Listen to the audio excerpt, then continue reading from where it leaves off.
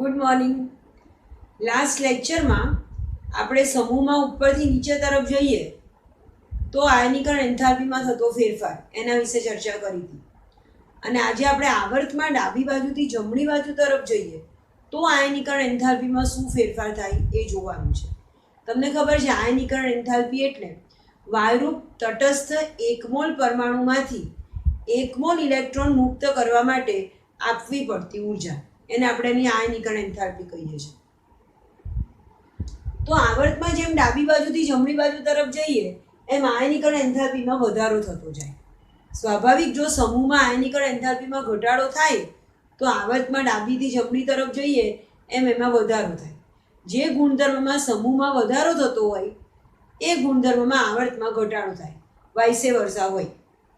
હવે ધારો કે હું લિથિયમથી ફ્લોરિન તરફ જઉં છું, બીજા આવર્તની વાત કરું છું, તો લિથિયમની ઇલેક્ટ્રોન રચના હિલિયમ 2s1, પછી એક ઇલેક્ટ્રોન ઉમેરાય 2s માં જ 2s2, 2s ભરાઈ ગઈ એટલે પછીનો એક ઇલેક્ટ્રોન તમને ખબર છે 2p માં ઉમેરાય, તો બોરોન પરમાણુ ક્રમાંક 5 અને એની ઇલેક્ટ્રોન રચના આવશે helium 2s2 2p1, કાર્બનમાં 2s2 2p2, nitrogen પરમાણુ ક્રમાંક 7 એક ઇલેક્ટ્રોન ફરીથી 2p માં ગયો, એક ઇલેક્ટ્રોન ક્રમશઃ 2p માં ઉમેરાતો જાય. તો જેમ લિથિયમથી ફ્લોરિન તરફ જઈએ એમ ઇલેક્ટ્રોન એક જ મુખ્ય શક્તિ સ્તરમાં ઉમેરાય છે. અહીંયા બીજા કક્ષામાં જ ઉમેરાયો. તમે આખા આવર્તમાં કોઈ પણ આવર્તની વાત કરો એમાં મુખ્ય ક્વોન્ટમ આંકમાં ફેરફાર ના થાય, બીજી કક્ષામાં જ ઇલેક્ટ્રોન ઉમેરાય છે. તો ઇલેક્ટ્રોન એક જ મુખ્ય શક્તિ સ્તરમાં ઉમેરાય છે એટલે સ્ક્રીનિંગ ઇફેક્ટમાં ખાસ વધારો નથી થતો. દાખલા તરીકે લિથિયમથી આપણે નાઇટ્રોજન તરફ જઈએ ફ્લોરિન તરફ, તો લિથિયમમાં પરમાણુ ક્રમાંક 3 અને ઇલેક્ટ્રોન રચના 1s2 અને 2s માં એક ઇલેક્ટ્રોન ગયો. અને બેરિલિયમની વાત કરું તો એનો પરમાણુ ક્રમાંક 4 એટલે 4 પ્રોટોન છે એની પાસે, 1s2 અને ઇલેક્ટ્રોન રચના એની થઈ 2s2. અને બોરોનની વાત કરું તો એની પાસે 5 પ્રોટોન છે, પરમાણુ ક્રમાંક 5 અને ઇલેક્ટ્રોન ના 1s2 2s2 અને 2p માં એક ગયો. એટલે જેમ આપણે આવર્તમાં ડાબી બાજુથી જમણી બાજુ તરફ જઈએ એમ નવો ઉમેરાતો ઇલેક્ટ્રોન બીજી કક્ષામાં જ ઉમેરાય છે, મુખ્ય ક્વોન્ટમ આંકમાં ફેરફાર નથી થતો. એટલે આમાં પણ વચ્ચે એક જ સ્ક્રીન છે, અહીંયા પણ એક જ સ્ક્રીન છે, અહીંયા પણ એક જ સ્ક્રીન છે. આંતરિક કક્ષામાં વધારો નથી થતો અને પરિણામે સ્ક્રીનિંગ ઇફેક્ટમાં ખાસ વધારો નથી થતો. એટલે આવર્તમાં સ્ક્રીનિંગ ઇફેક્ટ એ ઓછું અસરકારક પરિબળ છે. સમૂહમાં મેં તમને કીધું હતું કે સ્ક્રીનિંગ ઇફેક્ટ એ વધારે અસરકારક પરિબળ છે. જ્યારે આવર્તમાં સ્ક્રીનિંગ ઇફેક્ટમાં ફેરફાર નથી થતો એટલે સ્ક્રીનિંગ ઇફેક્ટ એ ઓછું અસરકારક પરિબળ છે. એ ઉપરાંત જેમ આપણે આવર્તમાં ડાબી બાજુથી જમણી બાજુ તરફ જઈએ એમ પરમાણુ ક્રમાંક વધતો જાય છે. લિથિયમનો 3, બેરિલિયમનો 4, બોરોનનો 5 એટલે કેન્દ્રીય વીજભાર વધતો જાય છે. અને આવર્તમાં સ્ક્રીનિંગ ઇફેક્ટ કરતા કેન્દ્રીય વીજભારનો વધારો એ વધારે અસરકારક પરિબળ છે અને પરિણામે અસરકારક કેન્દ્રીય વીજભારમાં વધારો થાય છે.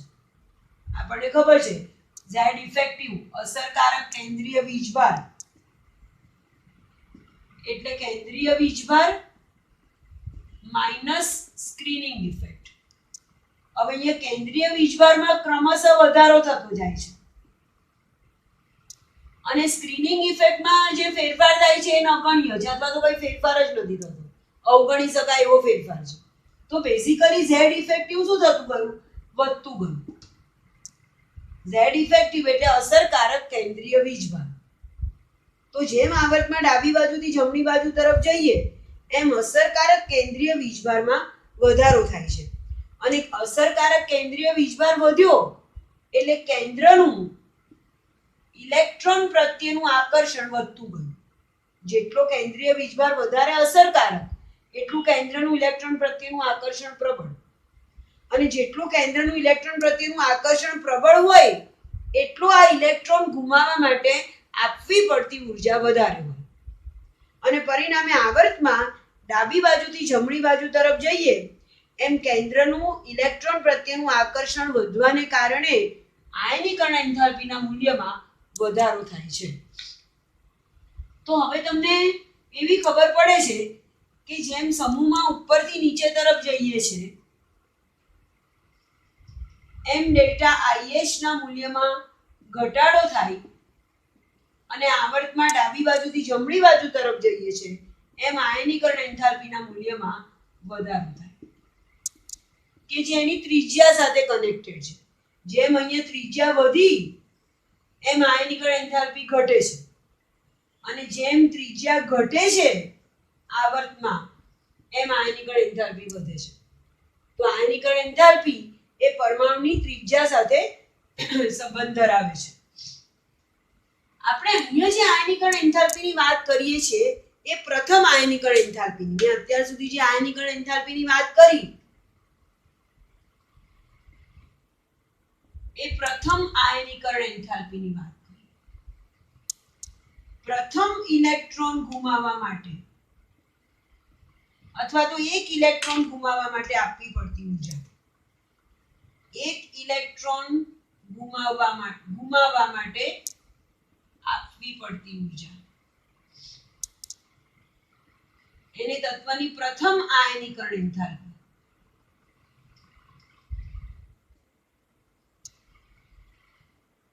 ડેલ્ટા IH1 કહેવાય. દાખલા તરીકે હું સોડિયમની વાત કરું તો એની ફરીથી એની ઇલેક્ટ્રોન રચના નિયોન 3s1 છે એટલે એને પ્લસ એક ઇલેક્ટ્રોન ગુમાવ્યો અને અહીંયા જે ઊર્જા આપવી પડી એક ઇલેક્ટ્રોન ગુમાવવા માટે આપવી પડતી ઊર્જા એને એની પ્રથમ આયનીકરણ એન્થાલ્પી ડેલ્ટા IH1 કહીએ છીએ. પણ સોડિયમને બદલે ધારો કે હું મેગ્નેશિયમની વાત કરતી હોઉં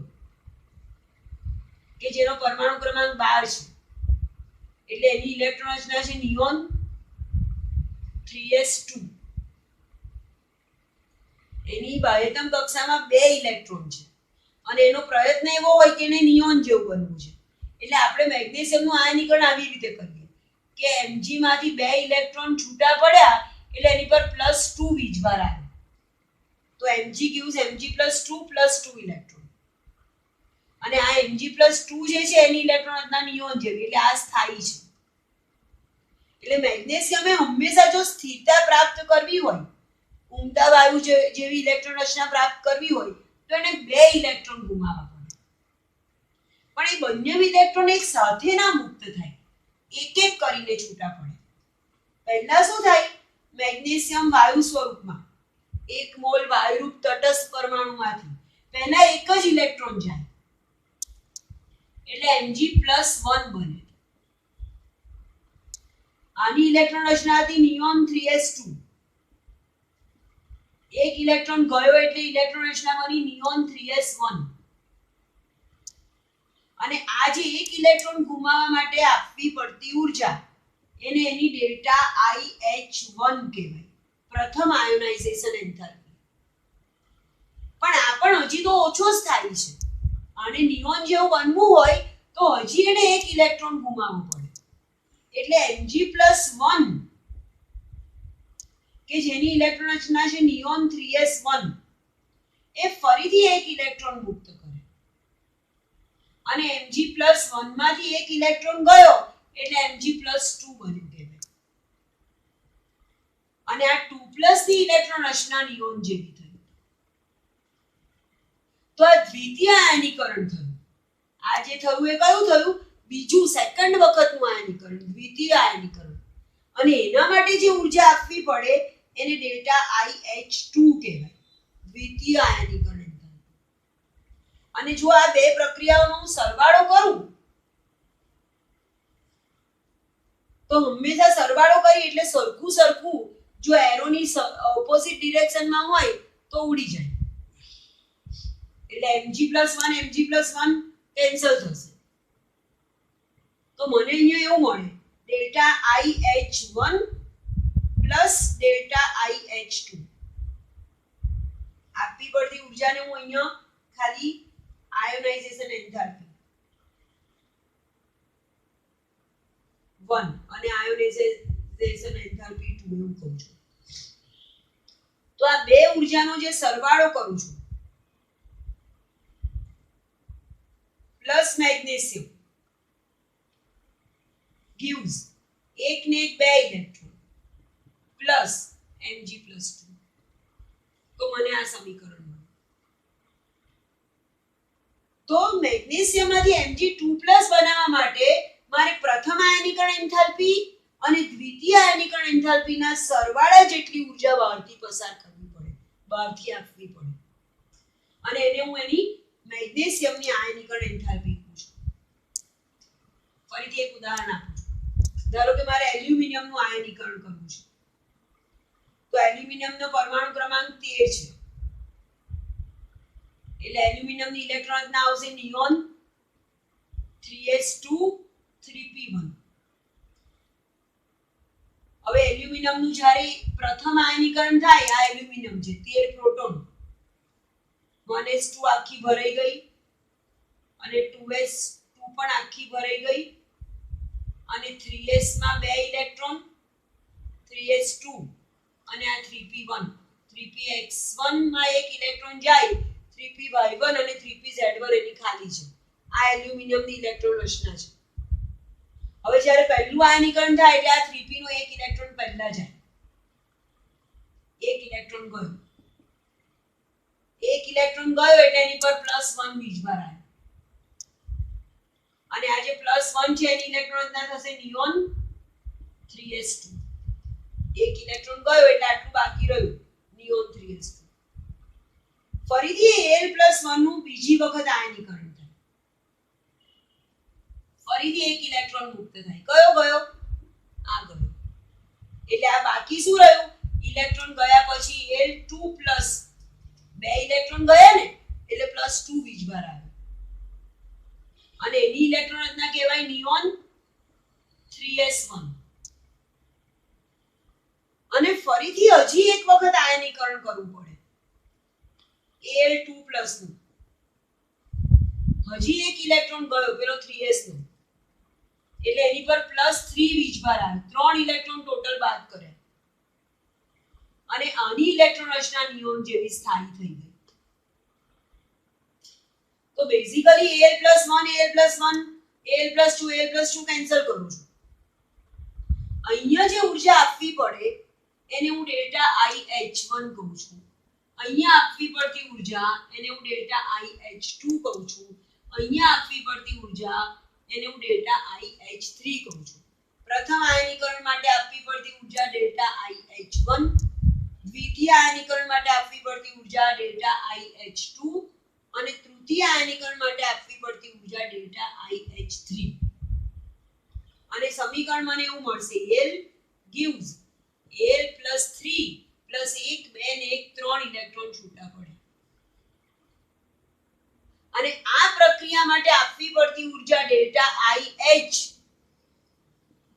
એ ડેલ્ટા IH1, ડેલ્ટા IH2 અને ડેલ્ટા IH3 ના સરવાળા જેટલી હોય. આ ત્રણ પ્રક્રિયા દરમિયાન આપવી પડતી ઉર્જાનો સરવાળો કરું એટલે મને આ છેલ્લી પ્રક્રિયા મળે. તો પ્રથમ આયનીકરણ આપણે અત્યાર સુધી જે વાત કરી, આપણે સમૂહમાં અને આવર્તમાં પ્રથમ આયનીકરણ એન્થાલ્પીની વાત કરી. હવે તમને એવી ખબર છે કે પ્રથમ આયનીકરણ એન્થાલ્પી પણ હોય, દ્વિતીય આયનીકરણ એન્થાલ્પી પણ હોય, તૃતીય આયનીકરણ એન્થાલ્પી પણ હોય, અને તમારે મને એક પ્રશ્નનો જવાબ આપવાનો છે કે ડેલ્ટા IH1 કરતા ડેલ્ટા IH2 અને એના કરતા ડેલ્ટા IH3 નું મૂલ્ય હંમેશા વધારે હોય. કેમ? તો પ્રથમ આયનીકરણ એન્થાલ્પી ધારો કે ડેલ્ટા IH1, આપણે સોડિયમ, આપણે એલ્યુમિનિયમની વાત કરીએ, ઉદાહરણ તરીકે એલ્યુમિનિયમ છે, તો એલ્યુમિનિયમનું પ્રથમ આયનીકરણ એટલે શું થાય કે Al માંથી Al+1 બન્યો અને એક ઇલેક્ટ્રોન છૂટો પડ્યો. આ જે આયનીકરણ એન્થાલ્પી છે, હમણાં જ આપણે વાત થઈ, એને એની પ્રથમ આયનીકરણ એન્થાલ્પી કહેવાય. હવે અહીંયા 13 પ્રોટોન છે અને 13 ઇલેક્ટ્રોન છે. એલ્યુમિનિયમ તટસ્થ છે, એની પાસે 13 પ્રોટોન છે અને 13 ઇલેક્ટ્રોન છે. હવે એમાંથી એક ઇલેક્ટ્રોન જતો રહ્યો એટલે 13 પ્રોટોન અને 12 ઇલેક્ટ્રોન એની પાસે બાકી રહ્યા. તો સ્વાભાવિક 13 પ્રોટોનનું 13 ઇલેક્ટ્રોન માટે જેટલું આકર્ષણ હોય એના કરતાં 13 પ્રોટોનનું 12 ઇલેક્ટ્રોન માટેનું આકર્ષણ વધારે છે. હવે Al+1 માંથી જ્યારે હજી એક ઇલેક્ટ્રોન કાઢી અને Al+2 બનાવવો છે તો અહીંયા 13 પ્રોટોનનું 12 ઇલેક્ટ્રોન પ્રત્યેનું આકર્ષણ છે અને એમાંથી એક ઇલેક્ટ્રોન કાઢવાનું છે. એટલે સ્વાભાવિક અહીંયા ઇલેક્ટ્રોન મુક્ત કરવા માટે આપવી પડતી ઉર્જા ΔIH1 કરતાં જ્યારે 13 પ્રોટોનને 12 ઇલેક્ટ્રોનમાંથી એક ઇલેક્ટ્રોન કાઢવાનો છે તો આપવી પડતી ઉર્જા ΔIH2 એ વધારે જ હોય. હવે ધારો કે મારે Al+2 છે અને એમાંથી એક ઇલેક્ટ્રોન કાઢવો અને Al+3 બનાવવો છે તો અહીંયા તો 13 પ્રોટોન અને 11 ઇલેક્ટ્રોન છે. 13 માંથી 2 ઇલેક્ટ્રોન જતા રહ્યા ટોટલ એટલે 11 ઇલેક્ટ્રોન બાકી રહ્યા. તો અહીંયા 13 પ્રોટોન ને 11 ઇલેક્ટ્રોન માટે ઓલરેડી બહુ પ્રબળ આકર્ષણ છે. અહીંયા જે આકર્ષણ હતું એના કરતાં આ કેન્દ્રને 11 ઇલેક્ટ્રોન માટે વધારે પ્રબળ આકર્ષણ છે. સ્વાભાવિક વસ્તુ છે. અને હજી એમાંથી એક ઇલેક્ટ્રોન કાઢવાનો છે અને 13 પ્રોટોન અને 10 ઇલેક્ટ્રોન વાળી સ્થાયી રચના બનાવવાની છે નિયોન જેવી. તો અહીંયા આપવી પડતી ઉર્જા વધારે જ હોય અને એને આપણે ΔIH3 તૃતીય આયનીકરણ એન્થાલ્પી કહીએ છીએ. એટલે હંમેશા પ્રથમ આયનીકરણ એન્થાલ્પી કરતાં દ્વિતીય અને એના કરતાં તૃતીય આયનીકરણ એન્થાલ્પીનું મૂલ્ય વધારે જ હોય. એવી રીતે તમે જેમ જેમ આયનીકરણ વધારે ઇલેક્ટ્રોન કાઢતા જાઓ એમ એમ આપવી પડતી ઉર્જાનું મૂલ્ય આયનીકરણ એન્થાલ્પીનું મૂલ્ય વધતું જાય. હવે એક ક્વેશ્ચન એવો છે, તમને ધારો કે હું એવું પૂછું કે મેગ્નેશિયમની દ્વિતીય આયનીકરણ એન્થાલ્પી એટલે ΔIH2 અને સોડિયમની ΔIH2 એની સરખામણી કરો એટલે કોણ વધારે છે? મેગ્નેશિયમનું બીજું આયનીકરણ કરવા માટે વધારે ઉર્જા આપવી પડે કે સોડિયમનું બીજું આયનીકરણ કરવા માટે વધારે ઉર્જા આપવી પડે? તો ગણતરી કેવી રીતે કરીએ? ધારો કે મારે સોડિયમ કે જેની પરમાણુ એની પાસે 11 પ્રોટોન છે અને 11 ઇલેક્ટ્રોન છે.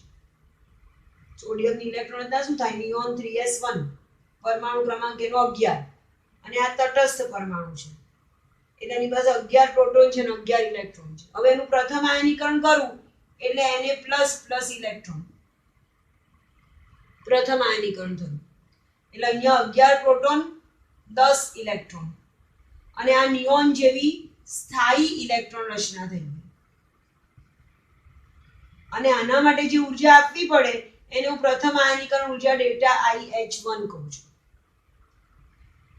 હવે જ્યારે એનું મારે ફરીથી આ Na+ જે મળ્યો એનું ધારો કે મારે ફરીથી આયનીકરણ કરવું છે એટલે Na2+ બને અને એક ઇલેક્ટ્રોન એમાંથી છૂટો પડે અને એના માટે જે ઉર્જા આપવી પડે એને હું એની દ્વિતીય આયનીકરણ ઉર્જા ΔIH2 કહીશ. તો આ Na+ તો સ્થાયી છે, નિયોન જેવી રચના છે. 11 પ્રોટોન અને 10 ઇલેક્ટ્રોન. કેન્દ્રને ઇલેક્ટ્રોન પ્રત્યે બહુ પ્રબળ આકર્ષણ છે અને રચના સ્થાયી છે. હવે સ્થાયી રચના 11 પ્રોટોન 1s2 2s2 2p6 આવી ઇલેક્ટ્રોન રચના થયા Na+ ની આની અને એમાંથી એક ઇલેક્ટ્રોન કાઢવો છે. જો આજી એક ઇલેક્ટ્રોન કાઢું તો આ અસ્થાયી બની જાય એટલે આ જે રચના Na2+ તો કેવો છે? અસ્થાયી છે.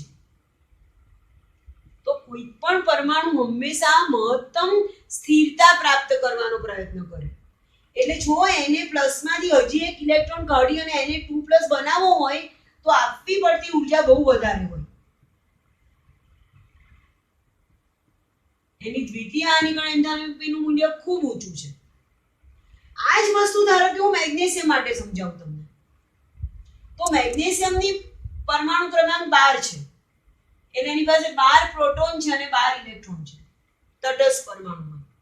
હવે જ્યારે એનું પ્રથમ આયનીકરણ થાય તો એક ઇલેક્ટ્રોન જતો રહે એટલે Mg+1 પ્લસ ઇલેક્ટ્રોન, અને આ Mg+1 ની ઇલેક્ટ્રોન રચના કોના જેવી છે? સોડિયમ જેવી. એની પાસે 12 પ્રોટોન છે અને બાહ્યતમ કક્ષામાં એની પાસે 11 ઇલેક્ટ્રોન છે. એની બાહ્યતમ કક્ષામાં 11 ઇલેક્ટ્રોન એટલે આ 12 પ્રોટોન, 1s માં 2, 2s2 2p6 અને 3s માં 1 ઇલેક્ટ્રોન. આવી એની ઇલેક્ટ્રોન રચના છે. અને એને જો સ્થાયી થવું હોય તો એને આ ઇલેક્ટ્રોન કાઢવો પડે તો એ નિયોન જેવું બને. એટલે આ Mg+1 માંથી કે જેની પાસે 12 પ્રોટોન અને 11 ઇલેક્ટ્રોન છે, એક ઇલેક્ટ્રોન દૂર થાય અને Mg+2 બને. અને આ જે Mg2+ બન્યો એની પાસે 12 પ્રોટોન અને 10 ઇલેક્ટ્રોન છે, તો આ વધારે સ્થાયી બની ગયો નિયોન જેવું. મતલબ Mg+1 ને તો ઇલેક્ટ્રોન કાઢવો જ છે તો જ એ નિયોન જેવી સ્થિરતા પ્રાપ્ત કરે. એટલે Mg+1 માંથી ઇલેક્ટ્રોન ગુમાવવા માટે આપવી પડતી ઊર્જા ડેલ્ટા IH2 એનું મૂલ્ય પ્રમાણમાં કેવું છે? ઓછું છે.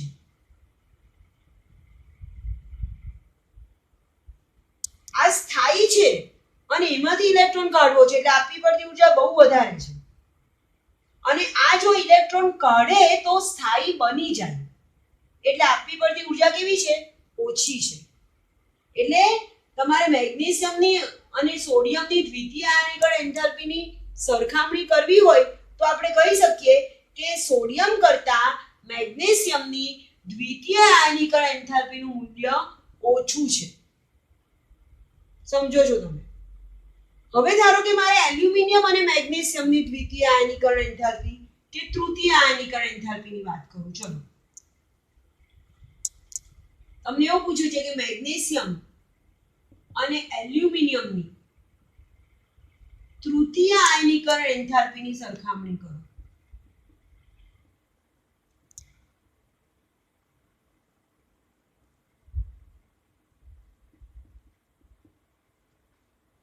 તો મેગ્નેશિયમ એટલે Mg માંથી તૃતીય આયનીકરણ બનાવું છું. હું ડાયરેક્ટ તૃતીય આયનીકરણ કરું છું.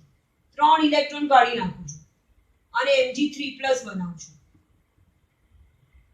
તો Mg એટલે 12 પ્રોટોન અને 12 ઇલેક્ટ્રોન થયા. અને Mg3+ જ્યારે બને છે તો એની પાસે 12 પ્રોટોન અને 9 ઇલેક્ટ્રોન થાય છે. જ્યારે Mg માંથી Mg+2 બનતો હોય 2 ઇલેક્ટ્રોન મુક્ત કરીને તો આ સ્થાયી બની ગયો. 12 પ્રોટોન અને 10 ઇલેક્ટ્રોન સાથે નિયોન જેવી રચના થઈ ગઈ. હવે આમાંથી હજી એક ઇલેક્ટ્રોન ધારો કે કાઢું અને Mg+3 બનાવું તો નિયોન તો સંપૂર્ણ સ્થાયી રચના છે. આ તો એમાંથી એક ઇલેક્ટ્રોન કાઢવો એટલે આપવી પડતી ઊર્જા બહુ વધારે છે. એટલે આની તૃતીય આયનીકરણ એન્થાલ્પી ડેલ્ટા IH3 નું મૂલ્ય ખૂબ ઊંચું હોય. એક વખત એ આયન કે પરમાણુ સ્થાયી થઈ ગયો પછી એમાંથી ઇલેક્ટ્રોન કાઢવા માટે આપવી પડતી ઊર્જા એનું મૂલ્ય ઊંચું હોય.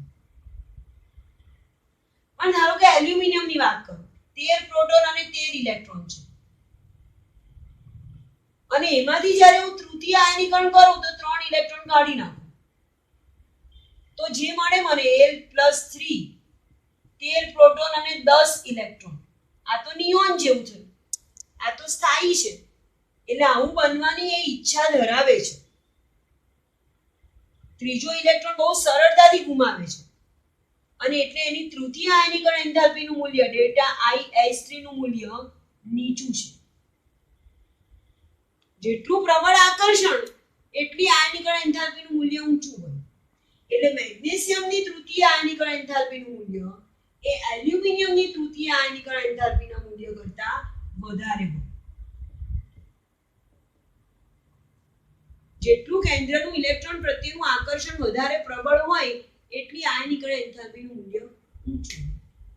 તો આવી રીતે તમે બે આયનોની કે બે પરમાણુની પ્રથમ, દ્વિતીય, તૃતીય આયનીકરણ એન્થાલ્પીનું મૂલ્ય એની સરખામણી આપણે કરી શકીએ. આજનો લેક્ચર હું આયનીકરણ એન્થાલ્પીનો અહીંયા પૂરો કરું છું. તમને એવી ખબર પડી કે સમૂહમાં જેમ ઉપરથી નીચે તરફ જઈએ એમ નિયમ પ્રમાણે આયનીકરણ એન્થાલ્પીનું મૂલ્ય ઘટે અને આવર્તમાં ડાબી બાજુથી જમણી બાજુ તરફ જઈએ એમ આયનીકરણ એન્થાલ્પીનું મૂલ્ય વધે. એ સિવાય પ્રથમ આયનીકરણ એન્થાલ્પી કરતા દ્વિતીય અને એના કરતા તૃતીય આયનીકરણ એન્થાલ્પીનું મૂલ્ય વધતું હતું. પણ આયનીકરણ એન્થાલ્પીમાં થોડાક અપવાદ છે. એ અપવાદ આપણે નેક્સ્ટ લેક્ચરમાં જોઈશું. Thank you.